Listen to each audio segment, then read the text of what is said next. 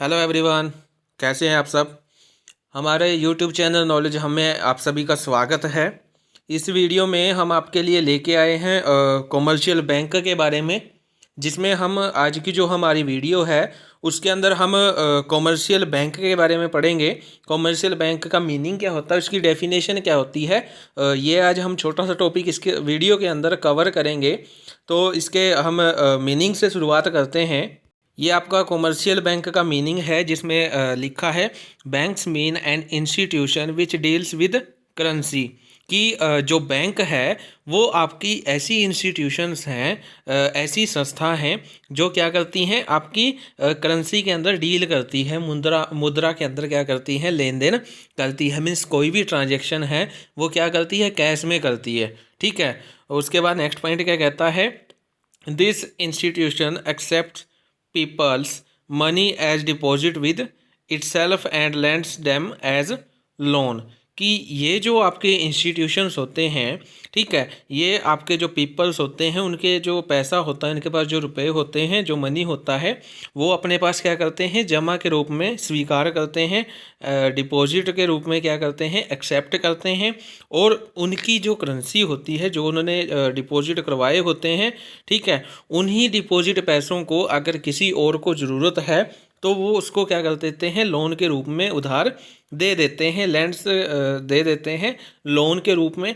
ठीक है। उसके बाद नेक्स्ट पॉइंट क्या कहता है, now days apart from currency transaction banks also perform other functions like credit creation, agency work, providing journal services etc.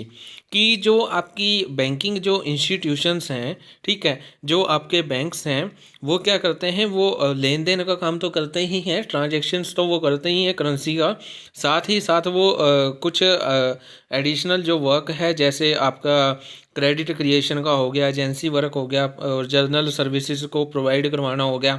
ठीक है। ये सारे काम भी आपके आज के टाइम में कौन कर रहा है, आपके बैंक कर रहे हैं। ठीक है। उसके बाद नेक्स्ट पॉइंट क्या कहता है, this institution give interest on the deposits made by the people. कि जो आपके पीपल होते हैं, जो लोग होते हैं, वो जो डिपॉजिट बैंक में जमा करवाते हैं, बैंक उसके ऊपर क्या देता है, एक फिक्स रेट से इंटरेस्ट पे करता है। ठीक है। एक एनुअल इंटरेस्ट वो उस पर लगाता रहता है। सब बैंक्स की अपनी अपनी पॉलिसी होती है, अपने अपने उनके इंटरेस्ट रेट होते हैं। रिजर्व बैंक जो होता है वो उनके इंटरेस्ट के ऊपर क्या देता है, एक्सेप्टेंस देता है। उसके बाद नेक्स्ट पॉइंट क्या कहता है, and in return of giving loans to the people they take interest from them. कि अगर वो क्या करता है, लोन के रूप में किसी को पैसा उधार देता है, फॉर एग्जांपल जैसे आपका HDFC बैंक है, ठीक है, HDFC में क्या करते हैं, लोग डिपॉजिट करवाते रहते हैं, पैसे उन्होंने डिपॉजिट करवा दिए हैं। अब वो क्या करता है, जिन्होंने पैसे डिपॉजिट करवाए हैं, मान लीजिए आपका ए पर्सन है, ए ने बैंक में 10,000 रुपये जमा करवाए हैं, तो वो उसको उस 10,000 के ऊपर इंटरेस्ट पे करता रहता है। ठीक है। जितनी उसकी फिक्स रेट होगी इंटरेस्ट की, वो उसको देता रहेगा। ठीक है। और वही 10,000 वो क्या करता है, वो अगर किसी और को ज़रूरत है, ठीक है, वो क्या कर देता है, वो 10,000 किसी बी पर्सन को दे देता है एज अ लोन। और वो वहाँ से क्या करता रहता है, लोन के ऊपर इंटरेस्ट लेता रहता है। ठीक है। तो ये जो आपके बैंक्स वगैरह होते हैं, ये ऐसे ही काम करते हैं।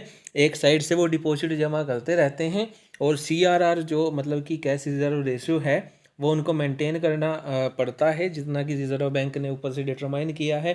ठीक है। वो CRR रिजर्व को मेंटेन करने के बाद जितना पैसा बचता है, वो उसको क्या कर देते हैं, लोन के रूप में दे देते हैं। और जिनको वो लोन के रूप में देते रहते हैं, उनसे इंटरेस्ट चार्ज करते रहते हैं। तो ये आपके बैंक्स होते हैं, ये आपके कॉमर्शियल बैंक्स होते हैं, जो डिपॉजिट तो जमा करते ही हैं, साथ में उनको क्या करते हैं, लोन भी प्रोवाइड करवाते हैं।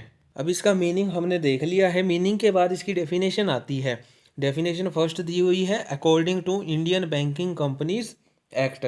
की जो आपका इंडियन बैंकिंग कंपनीज एक्ट है, उसके अकॉर्डिंग आपके बैंक की कुछ डेफिनेशन दी है, कॉमर्शियल बैंक की डेफिनेशन दी है, जिसमें क्या कहता है, banking company is not which transaction business of banking which means accepting for the purpose of lending और investment of deposits of money from the public repayable on demand or otherwise and withdrawable by cheque, draft order and otherwise. अब ये point क्या कहता है कि जो आपकी banking company है वो एक ऐसी इंस्टीट्यूशन है, ऐसी संस्था है जो उधार देने के ऑब्जेक्टिव से, ठीक है, लैंडिंग देने के ऑब्जेक्टिव से और इन्वेस्टमेंट के ऑब्जेक्टिव से वो क्या करती है, पब्लिक से डिपॉजिट एक्सेप्ट करती है करेंसी के रूप में। करेंसी के रूप में क्या करती है, जनता पब्लिक से डिपॉजिट स्वीकार करती है, एक्सेप्ट करती रहती है, ठीक है। वो इस बेस पे करती है ताकि वो आगे किसी को लैंडिंग पे दे सके, ठीक है, या इन्वेस्टमेंट के पर्पज़ से वो क्या करती है, पब्लिक के जो डिपॉजिट्स होते हैं उनको एक्सेप्ट करती है एज ए करेंसी। उसके बाद नेक्स्ट पॉइंट क्या कहता है, इनका भुगतान मांगने पर मीन्स जब पब्लिक को रीपेबल की डिमांड होती है, पब्लिक रीपेबल की क्या करती है, डिमांड करती है, तो क्या करते हैं, तो बैंक क्या करते हैं, बैंक उनको बाय चेक या ड्राफ्ट या ऑर्डर के अकॉर्डिंग या अदरवाइज यानी कि अन्य किसी प्रकार से वो उनको क्या कर देते हैं, पेमेंट कर देते हैं, ठीक है। तो ये आपकी बैंकिंग इंस्टीट्यूशंस होते हैं। बैंकिंग इंस्टीट्यूशन में मेनली इनका काम यही होता है कि वो क्या करते हैं, पब्लिक से डिपॉजिट जमा करवा लेते हैं और उनका जो पैसा है वो किसी दूसरे पर्सन को या इंडस्ट्री कोई एरिया है या जैसे आपके एग्रीकल्चर वगैरह एरिया, ये सेक्टर हो गया, ठीक है, इनमें लोन वगैरह की ज़रूरत काफ़ी पड़ती है, तो वो उनको क्या कर देते हैं, उनको आगे लोन प्रोवाइड करवा देते हैं, ठीक है। तो ये आपकी डेफिनेशन थी इंडियन बैंकिंग कंपनीज एक्ट के अकॉर्डिंग।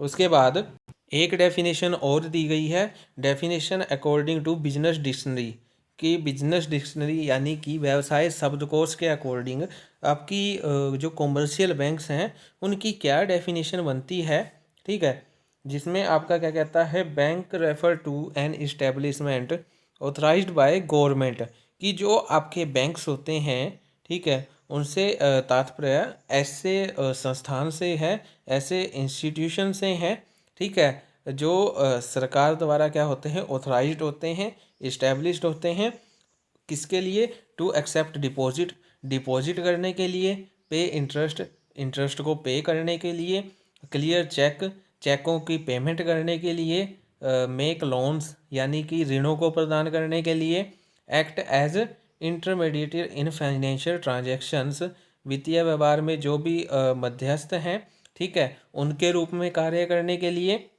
और प्रोवाइड अदर फाइनेंशियल सर्विस, और जो आपके कंज्यूमर्स होते हैं उनको अदर फाइनेंशियल सर्विसेज प्रोवाइड करने के लिए क्या किए जाते हैं, इस्टेब्लिश किए जाते हैं, ऑथराइज्ड किए जाते हैं, किसके द्वारा, बाय गवर्नमेंट के द्वारा, ठीक है। तो ये आपकी डेफिनेशन बनती है कॉमर्शियल बैंक की, कि कॉमर्शियल बैंक ऐसे इंस्टीट्यूशंस हैं जो गवर्नमेंट के द्वारा इस्टेब्लिश किए जाते हैं, ऑथराइज्ड किए जाते हैं। क्यों किए जाते हैं, ताकि वो क्या कर सकें, डिपॉजिट को एक्सेप्ट कर सकें, इंटरेस्ट को पे कर सकें, चेक्स को क्लियर कर सकें, लोन को लोन प्रोवाइड करवा सकें, ठीक है, इंटरमीडिएटर के रूप में वो काम कर सके फाइनेंशियल ट्रांजैक्शंस में, ठीक है, और प्रोवाइड अदर फाइनेंशियल सर्विस, और अदर फाइनेंशियल सर्विसेज वो आपके कस्टमर्स को प्रोवाइड करवा सके जो कि आपके बैंक के साथ जुड़े हुए हैं, ठीक है। तो आई होप सो जो बैंक का जो मीनिंग है, कॉमर्शियल बैंक का जो मीनिंग है वो आपको क्लियर हो गया होगा, ठीक है। सो आज की वीडियो थी, इसके अंदर हम इतना ही करेंगे जिसमें हमने आपके कॉमर्शियल जो बैंक है उसका प्रॉपर मीनिंग हमने क्लियर किया है, उसकी दो डेफिनेशंस हमने क्लियर की है, जिससे कि हमें लास्ट में यही कंक्लूजन मिलता है कि जो बैंक होता है, बैंक एक इंस्टीट्यूशंस है जो गवर्नमेंट के द्वारा ऑथराइज्ड किया गया है, ठीक है। और क्यों ऑथराइज्ड किया गया है, ताकि वो पब्लिक की जो डिपॉजिट्स हैं उनको जमा कर सके, पब्लिक को उन जमा के ऊपर इंटरेस्ट दे सके, और आगे वो क्या कर सके, लोन प्रोवाइड करवा सके, और जिनको वो लोन प्रोवाइड करवाता है वो उनसे लोन के ऊपर इंटरेस्ट चार्ज कर सके। तो इस ऑब्जेक्टिव से आपके जो बैंक्स हैं उनको इस्टेब्लिश किया गया है, ठीक है। इसका मेन फंक्शन वैसे होता है कि जो पब्लिक की जो डिपॉजिट्स होते हैं उनको क्या करना, सेफ रखना, ठीक है। वो आगे इसके फंक्शंस वगैरह होते हैं उनके अंदर हम पढ़ेंगे। आज की वीडियो में हम इतना ही करेंगे। Thank you for more knowledge For more videos, please like, share and subscribe my YouTube channel.